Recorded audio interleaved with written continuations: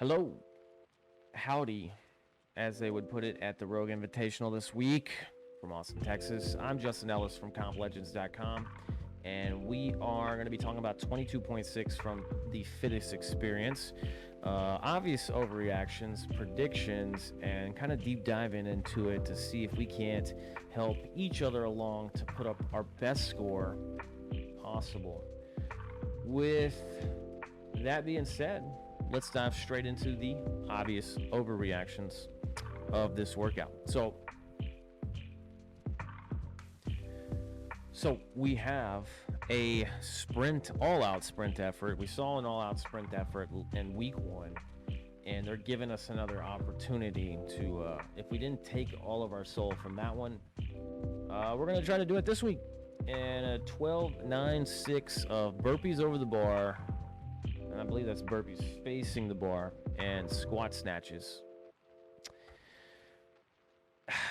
I tell you what, doing CrossFit for a long time. This one, the volume doesn't scare me so much, but the movement combination is never my favorite. Let me know what you think, if it's your favorite. Very, very simple here, a couplet.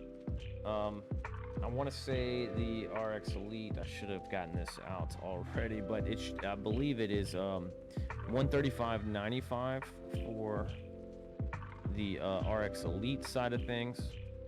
And then on the intermediate scale, yeah, here we go, 135.95 for the pros and RX and Elites. And then intermediate scale is 115.80 on the barbell. So important to know that. Either way, obviously, if we're talking about tiers of athletes, not something abnormal. You got Isabel. Is it Isabel? Isabel, right? 30 snatches per time. Now that's power, or can be power. This is specifically into a squat. Obvious overreaction number one for this workout, yuck burpees. And I did pronounce that with a Y to be appropriate, but you know what I'm saying. There's going to be some of y'all that say, oh, burpees aren't that bad. And I will say this, in CrossFit, burpees aren't the worst. But when, you throw that in with a snatch piece, moderate weight, it's like I want to focus on one thing that I haven't mastered. And burpees just kind of always throw that element of stimulus that I'm not looking for in a competitive mindset. Because, and it comes down to this. For those athletes that love burpees, you're probably looking at the other side of this. You're looking at the barbell like, oh, my overhead's just not great. But for the perspective of the ones that are like, I can snatch that, but I know somebody's going to be moving faster than me on burpees. And pretty much 99% of us are thinking that. Because there's only one person that can move the fastest there. So it's like, I know somebody's always going to get me there. Number two, obvious overreaction for 22.6. Man, sorry guys.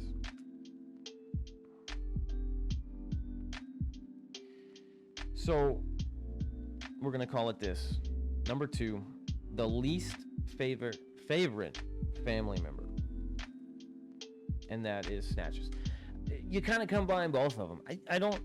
Again, there's going to be a population of people that love snatching, that love Olympic lifting, and I do to a certain extent. I don't have a problem with it, but for the most part, again, if you're throwing a dynamic in there, there's going to be athletes that just struggle with the overhead position and haven't quite.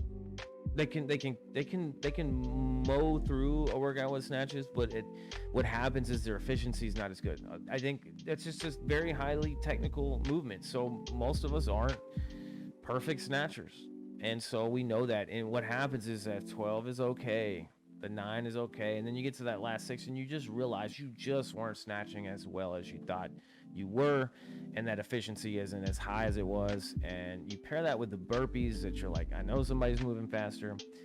I know I'm talking a lot of negativity right now, but it has that kind of vibe for the workout. And look, I'll say this, for the programming, for the next step, it's great. It's perfect. It's exactly what it needs to be. Not complaining about it like that. Just as an athlete perspective. And my third and final overreaction, obvious overreaction is sprint, sprint, sprint. There's not a whole lot more to say about that. I mean, we need to be efficient on all the reps, and we'll talk about that here in just a second. Predictions for this one, guys. I haven't looked at the leaderboard, and we'll do a quick reaction to that as well. I'm going to say it's about 230.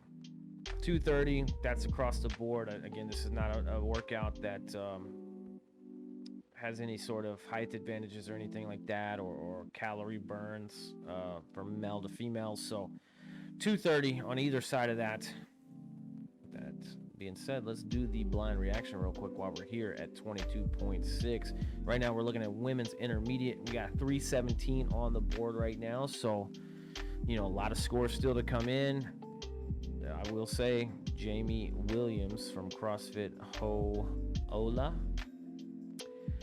did very well in the first workouts, so 317 I might be completely off, but man, they got me last week to putting up these crazy scores, and so I'm gonna roll with it. 230. I'm looking at it for the men's intermediate, and as you can see there, we're getting closer. 249 so far. 249 from Aaron Cruz Yamas from Fitness Lab CrossFit. 249 right behind it. 252 from Brock Bell.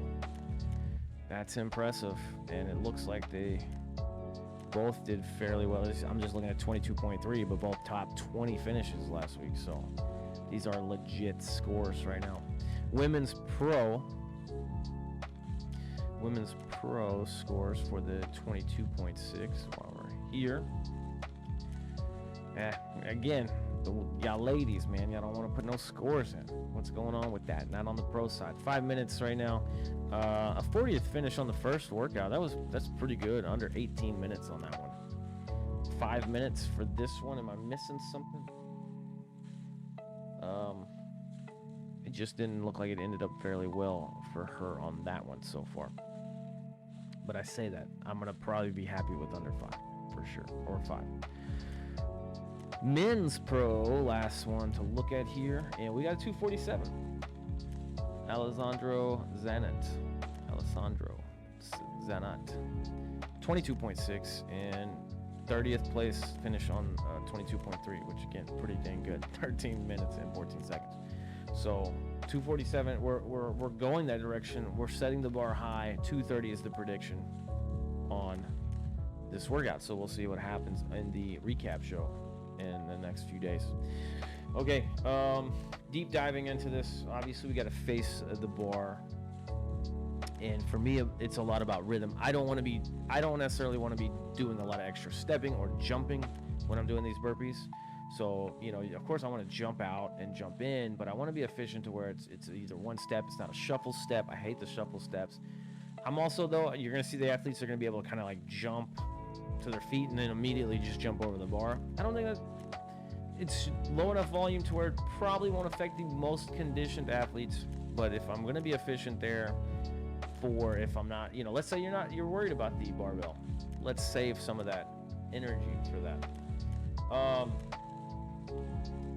In this workout, again, if we're talking about, this is not my workout, this is not my gym, but I'm sitting close to whatever category of, moving to the next step and qualifying.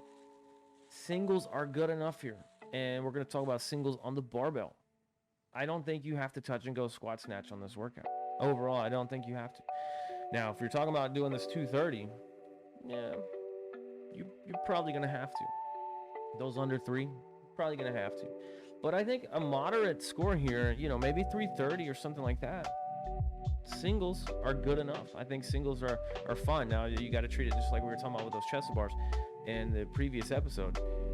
You drop it, you set up, you pick it back up. And I think for those that are doing touch and go and for those that are doing these fast singles, not a whole lot of difference there.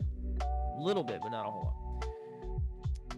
And last but not least, guys, this is it depends on what order you do it in, but let's say you stay in order. And I kind of feel like most people are going to want to sit this one to the end. This is the finish line to the qualifier. You got to remember that when you're in the workout and you're sitting at X position, X place, don't let this one be the one that gets in your way.